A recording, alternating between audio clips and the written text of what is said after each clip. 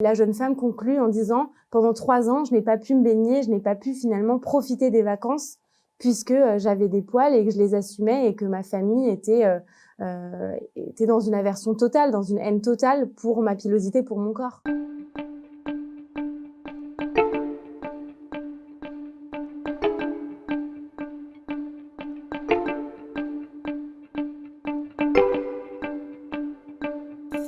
On se demande si on va être capable ou non d'assumer sa pilosité, si on va être capable ou non de vivre avec le regard des autres qui peut se poser, qui peut être désapprobateur, qui peut être discriminant.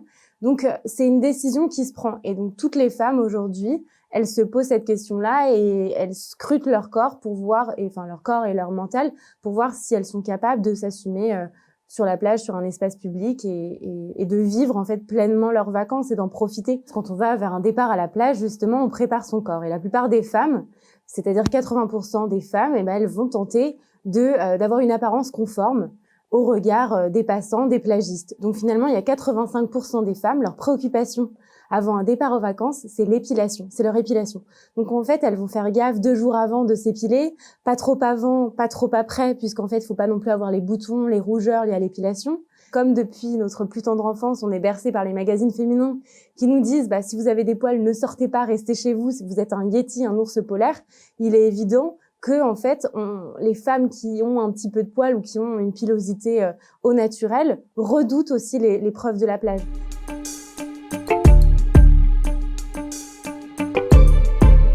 Il y a énormément de femmes qui ont témoigné, donc c'est des femmes qui ont aussi bien 3 poils sur les jambes qu'une pilosité un peu plus présente, un peu plus généreuse. Et donc c'est vrai qu'il y a certaines femmes qui sont vraiment humiliées, stigmatisées de la part de leur famille, de leurs proches, parce qu'en fait, ces jeunes femmes qui transgressent la norme de genre, la norme sociale, c'est des femmes qui vont compromettre finalement la réputation de la famille. La famille se remet en question, se demande si finalement elle a éduqué l'enfant, la jeune femme correctement.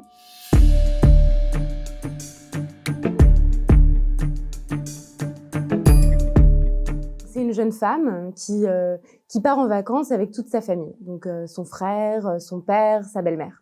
Et en fait, tout le monde lui rappelle à quel point elle est poilue et à quel point il faut absolument qu'elle s'épile.